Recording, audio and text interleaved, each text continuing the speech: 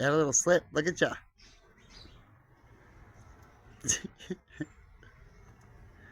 Hey, skateboarders, you know that trick? What's that called?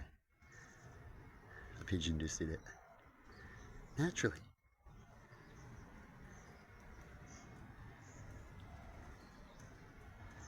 Now, I've talked about natural and balance and all that kind of thing. Doing what you can, all that kind of time is precious. Um, use up the resources best you can. Plenty of plenty. All that kind of thing. And the world is a gift for all of us to share. And I've talked about how you can get plenty of water in one corner, but not the other. Right? But we're here to learn. And I've talked about learning, and you're actually truly learning, and you're trying things out. As they say, you've been told that things are hot, but you've got to touch it anyway in certain areas. Um, some things you'll learn that way, some things you don't need to learn that way. But when you do learn, and you learn and you pick the right decision to move on, that means that you didn't sin. Now, the Christians and a lot of religions out there like to talk about that we're sinners and that we sin all the time, right? That we're born sinners, stuff like that. Well, what is born sinner? That one is true. You could be born a sinner, as when you're born, you got to learn, right? And every time you learn, you'll end up doing things like touching that hot plate, even though your parents told you not to touch that hot plate. And when you experience it, you have to pick after a little while about that hot plate, of how much damage it'll do for how long you keep touching that hot plate, right? And you will learn. And then you pick. You either like the burn, get burnt up, burn yourself some more, as a lot of people like to do a lot of tattoos. In a way, that's like burning yourself. And you pick and choose of what you do. And not only that you might not burn yourself, but the actions that you do might burn others. So in the end, when you leave a country, go through things in another country, and then all of a sudden Hitler's around, you burnt yourself, haven't you? It happens in all sorts of areas. And so when I did this ground, I did it naturally. I was in a rush. I liked the pattern myself, that it was natural dips and dabs, stuff like that. And it didn't take too long. And it got mostly what I needed.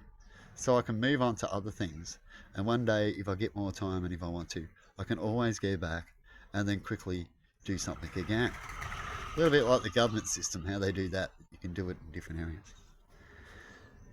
And then we learn about what would happen, which is what I did when I did this, the ground out here.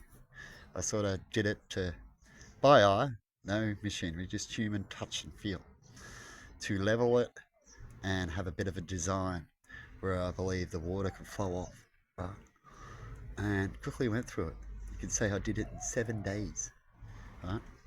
And when I come out, and I like to connect with the animals and why I'm doing it in the first place. So spending a little time to fix something is okay, right? And we learn something, and perhaps we can teach more why we go through situations. Right? So I'm talking about one now, as I've been talking about learning spirituality and science and putting them together and making sense of things, as things haven't been making sense to me in one particular area to go to. Right? And so when that happens, most people don't have areas like Compare Insurance, where we can go see them, where they compare where we fit. So we have to figure it out ourselves, of these problems. And so what have I learnt with this ground when I come out here to clean up? As I talk about, I like to clean up. I was doing cleanups before I did it, and I continue to still do cleanups, as I don't mind to connect. But sometimes I might not be around for a while, and so I hope it works good enough when I'm not around. And if I notice I need to do some tweaks before I'm not around, I'll learn the issues now with spending time before that issue. And so I've learnt where the water runs to, where it dams up. It's like the humans learning the mapping of the grounds, right? To find out what's going on, and they've learnt that over time, which I've done out here myself, where it dams up when it rains so much and so on, right, in a smaller scale. And it dams up in this little spot here, a little spot over here, a little bit here, but mainly here. Right? But before it comes out, I didn't quite get the level right there, and the high point out here. And so it builds up there, and it'll go from there to about halfway-ish. That'd be max. Up there we never get water. Halfway up. Right. But here you can have some flooding issues along this area. A little bit up, actually, along there. As it drops down a little bit there. As the ground settled over time as well. And I've made little channels, so I can grow some plants and pumpkins and stuff like that. But they're like river systems too, because when I did thought of the whole design, if I need to run anything anywhere, I can run into them. It's channeling the water. Right? So when I come out here, I get the blower and I channel it over this little hill part here to either get rid of it, or I channel it sort of this way. I can channel some of it this so much here till it over floods because it's already moist, and then I'll have to channel it over this way to the big area. But other than that, I spread it out to the other areas that are lower down the river, and I've cleaned it. See, it's all nice and clean now. So it's drying out, but it's dry, and so I can feed them again. I don't particularly like to feed them when it's raining. That's why I've talked about shelters, a little shelter area in my little spot, so they can at least feed when it rains, for the seed babies. Now, I was talking about previously in a previous clip about how some people like rain and some people don't like rain and so on. And when things happen in a balance, it helps certain areas. There's a balance for good and evil. And if you have too much plenty of plenty, it'd be good if some things died off, because if too much of anything just overcrowded, they'll kill themselves anyway. Right? And so there's a balance. And so when it rains, the seed babies, I've noticed, will rock up more often to need a little bit of help during the rainy times, as it's hard to get good seeds that are not soaked and have problems. The longer it rains, the worse it becomes. Right? And all the seed babies turn up. So the seed babies here, right? And like to eat it when it's fresh and clean, and dry the seeds as best as possible. But then you have some other birds that like it when it rains, as the tillies that I talk about, as they like to have meat, and they don't mind having meat with these guys. They're just like vegetarians.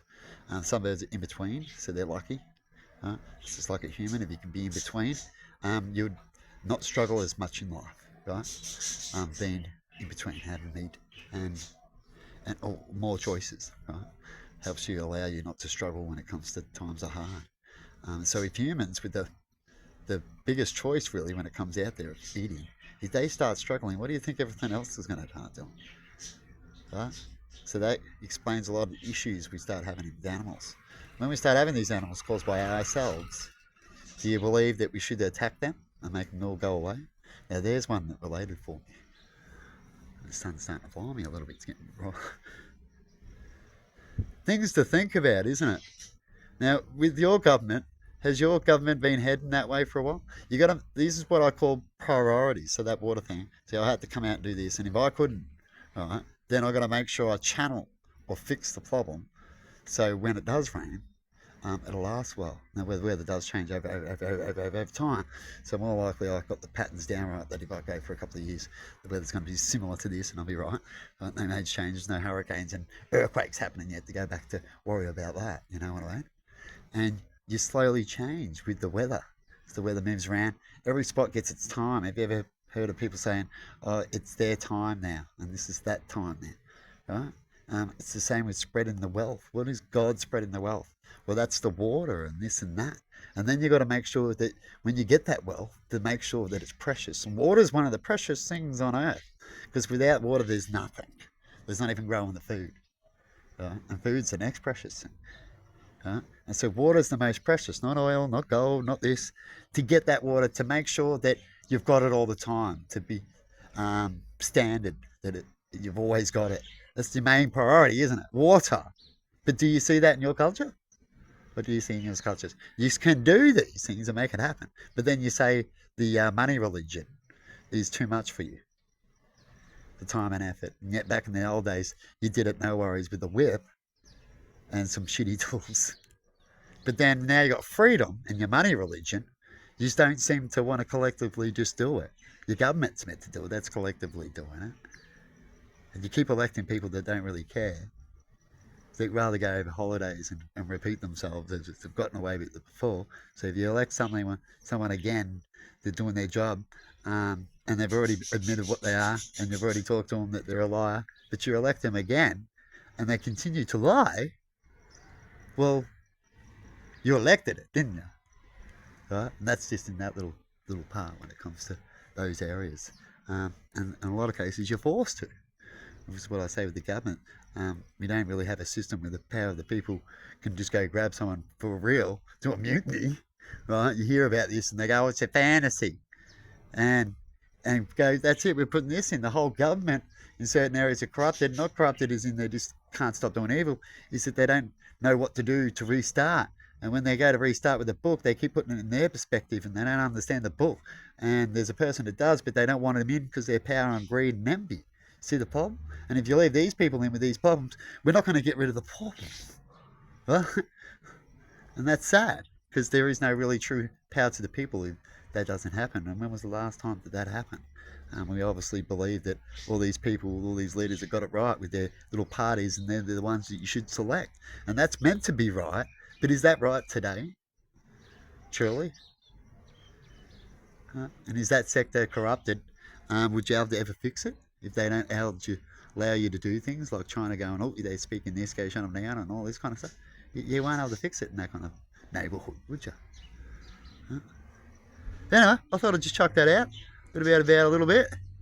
And have a good one out there, everybody. Looks like the garbage man's going past me.